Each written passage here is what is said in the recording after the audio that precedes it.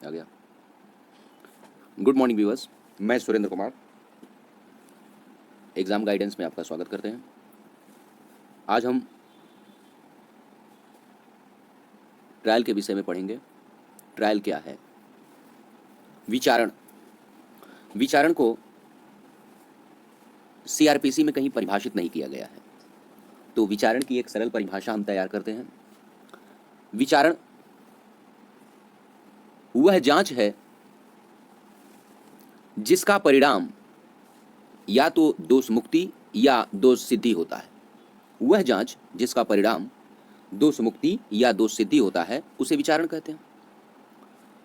दूसरा प्रश्न है कि विचारण का प्रारंभ कब होता है? तो विचारण का प्रारंभ सामान्यतः जमानत के पश्चात होता है। सामान्य नियम यही है कि अभियुक्त के जमानत के पश्चात ही विचारण प्रारंभ होता है। इस सामान्य नियम का एक अपवाद है। जब अभियुक्त व्यक्ति फरार हो जाता है अर्थात विचारण में सहयोग नहीं करता है, तो न्यायालय उसकी अनुपस्थिति में भी साक्ष्य ले सकता है। तो सीआरपीसी की धारा 299 में यह प्रावधान किया गया है कि अभियुक्त जब फरार हो गया है या जब वह अनुपस्थित है तो उसकी अनुपस्थिति में साक्ष्य लिया जा सकता है। अन्यथा सामान्य नियम यही है कि विचारण अभियुक्त के जमानत के पश्चात ही शुरू होता है। दूसरा प्रश्न है, विचारण कितने प्रकार के होते हैं? विचारण के प्रकार, तो विचारण 4 प्रकार के होते हैं, जैसा कि आपको इस नोट्स में दिख रहा होगा। पहला है सत्र विचारण, दूसरा है वारंट विचारण, तीसरा समन विचारण और चौथा संक्षिप्त विचारण। वारंट विचारण जो है यह 2 प्रकार के होते हैं। पुलिस रिपोर्ट पर संस्थित वारंट मामलों का विचारण और दूसरा है पुलिस रिपोर्ट से भिन्न आधार पर संस्थित वारंट मामलों का विचारण। तो सबसे पहले हम सेशन ट्रायल देखते हैं, सत्र विचारण।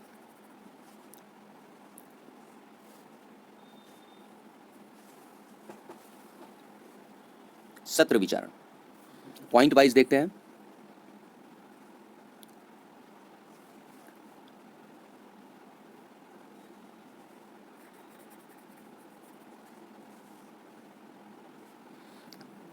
सामान्यतः दंड प्रक्रिया संहिता 1973 के अध्याय 18 में धारा 225 से 237 तक सत्र विचारण के बारे में प्रावधान किया गया है। इसके साथ ही साथ इस संहिता की धारा 193 सपठित 209 के अनुसार सत्र न्यायालय किसी मामले का संज्ञान तब तक नहीं लेगा जब तक मामला उसे सुपुर्द नहीं कर दिया जाता। पहला पॉइंट है विचारण का संचालन। सेक्शन 225 रेड विथ 301 सत्र न्यायालय में विचारण का संचालन लोक अभियोजक के द्वारा बिना किसी लिखित प्राधिकार के किया जाएगा। सेशन ट्रायल में मामले का संचालन लोक अभियोजक करता है और उसको किसी रिटन ऑथराइजेशन की आवश्यकता नहीं होती है। दूसरा, मामले का आरंभ ओपनिंग ऑफ केस। सेक्शन 226 जब अभियुक्त न्यायालय के समक्ष हाजिर होता है या लाया जाता है तब लोक अभियोजक अभियुक्त पर आरोप साक्ष्य साबित करने की प्रस्थापना करता है। तीसरा पॉइंट इसमें अभियुक्त का उन्मोचन। सेक्शन 227 दोनों पक्षों को सुनकर तथा दस्तावेजों पर विचार करने के पश्चात यदि न्यायालय को लगता है, न्यायालय का मतलब सत्र न्यायालय को लगता है कि अभियुक्त व्यक्ति के विरुद्ध कार्यवाही करने के लिए पर्याप्त आधार नहीं है तो वह अभियुक्त को उन्मोचित कर देगा। एक बात ध्यान दें, इसमें जितने भी पॉइंट बताए जा रहे हैं वो बहुत ही संक्षिप्त हैं। इससे ज़्यादा आपको लिखने की ज़रूरत ही नहीं है। आपका उत्तर भले छोटा हो लेकिन कंप्लीट हो। नेक्स्ट पॉइंट है आरोप विरचित करना। चौथा पॉइंट है आरोप विरचित करना। 228 सेक्शन 227 में हमने पढ़ा कि जब न्यायालय को लगता है कि अभियुक्त व्यक्ति के विरुद्ध कार्यवाही करने के लिए पर्याप्त आधार नहीं है तो वह अभियुक्त को उन्मोचित कर देगा। किंतु यदि न्यायालय को लगता है कि अभियुक्त व्यक्ति ने अपराध किया है तो वह उसके विरुद्ध आरोप विरचित करेगा और आरोप पढ़कर उसे सुनाएगा, वह समझाएगा तथा पूछेगा कि क्या दोषी होने का अभिवचन करते हो या विचारण का दावा करते हो।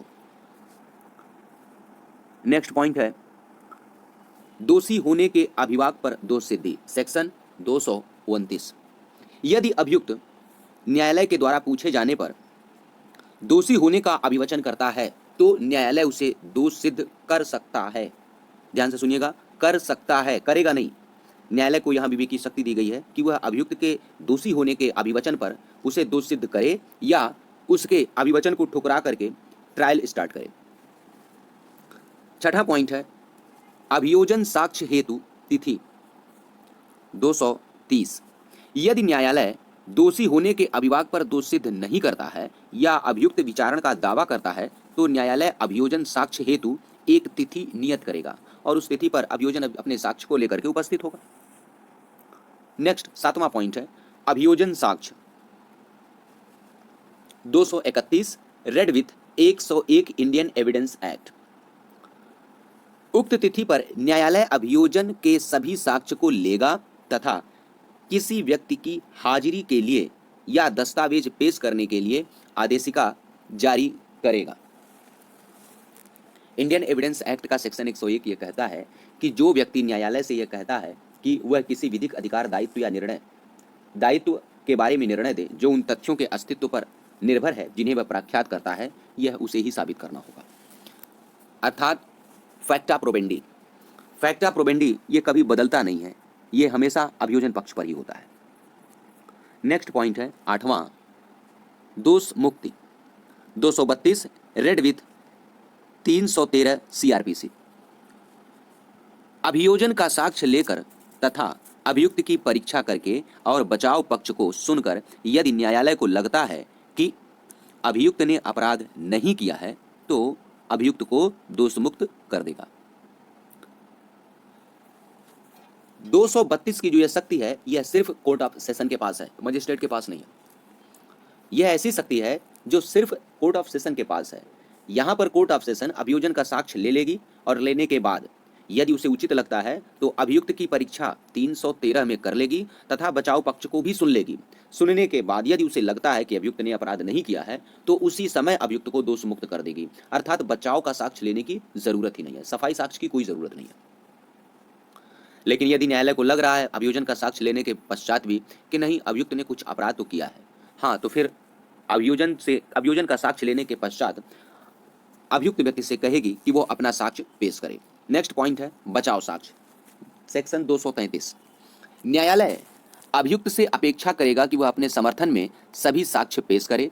यदि अभियुक्त WS अर्थात रिटन स्टेटमेंट लिखित कथन देता है तो न्यायालय उसे अभिलेख पर लेगा। अभियुक्त के आवेदन पर न्यायालय किसी साक्षी की हाजिरी या दस्तावेज पेश करने हेतु आदेशिका जारी करेगा। नेक्स्ट बहस फाइनल आर्गुमेंट, सेक्शन 234।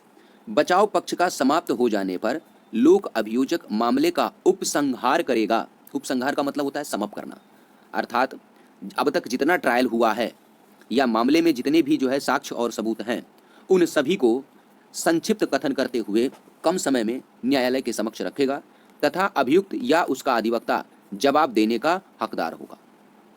बचाव पक्ष के विधि प्रश्नों पर लोक अभियोजक न्यायालय की अनुमति से निवेदन करेगा, न्यायालय की अनुमति से करेगा। और लास्ट है पॉइंट निर्णय, निर्णय सेक्शन 235। बहस और विधि प्रश्नों को सुनकर न्यायाधीश मामले में निर्णय देगा और यदि अभियुक्त दोष सिद्ध किया जाता है तो न्यायालय उस दशा के सिवाय जब वह धारा 360 के अधीन कार्यवाही करता है दंड के प्रश्न पर अभियुक्त को सुनेगा और विधि सम्मत दंड देगा। तो ये आपका था सेशन ट्रायल। कुल 11 पॉइंट इसमें हैं, क्रम वाइज इनको तैयार कर लें। मेंस के पॉइंट ऑफ व्यू से यह क्वेश्चन बहुत ही इंपॉर्टेंट है। उम्मीद है आप लोगों को समझ में आया होगा। नेक्स्ट वीडियो के लिए थोड़ा सा आपको इंतज़ार करना पड़ेगा। तब तक के लिए आप लोगों को best of luck. Thank you.